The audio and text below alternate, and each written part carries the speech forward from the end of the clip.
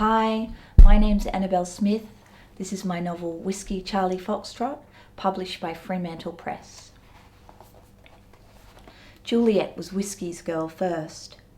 Whisky was earning a mint by then, winning awards left, right and centre, going to parties in penthouse apartments with models and actresses and TV producers, all of them shoveling cocaine up their noses by the bucket load. Whisky had offered to take Charlie to one of his parties. Marco suggested that Whisky might be trying to patch things up, to make up for what had happened in India. Charlie knew better.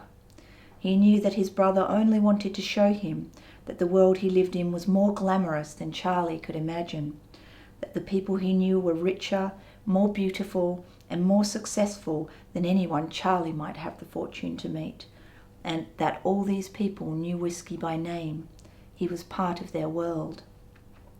He wanted to show Charlie what a mistake he'd made in India by blowing the chance to work for Whisky again. Charlie had no desire to socialise with Whisky and his friends. He wouldn't even have considered taking up his invitation if it hadn't been for the fact that it was New Year's Eve, and out of his own pig-headed stupidity, Charlie had found himself with nowhere to go and nothing to do. By September that year, Charlie had already had enough of all the hype about Y2K. He had always found New Year's Eve overrated, but never more so than this year. He wanted to slap people who used the phrase the dawn of a new millennium. He had turned down invitations to rent a beach house in Byron Bay, to cruise the Murray River on a houseboat, to go to an outdoor concert at the Sydney Myer Music Ball, a dance party, a masked ball, a 12-course degustation dinner.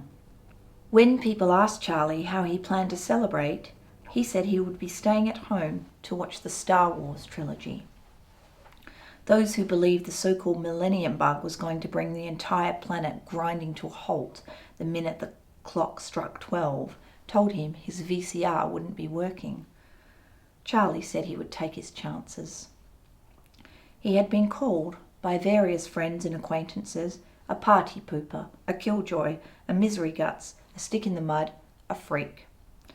He had felt strangely smug about the choice he had made until he woke up on the morning of December 31st and felt inexplicably excited. It was the dawn of a new millennium. He wanted to celebrate. He made frantic phone calls. He couldn't get a flight to Byron or Adelaide. The ball, the dinner, the dance party and the concert were all sold out. Every single one of Charlie's friends had tickets, costumes, limousines on order, magnums of champagne on ice. Charlie had his Star Wars box set and a packet of corn chips. It was not enough.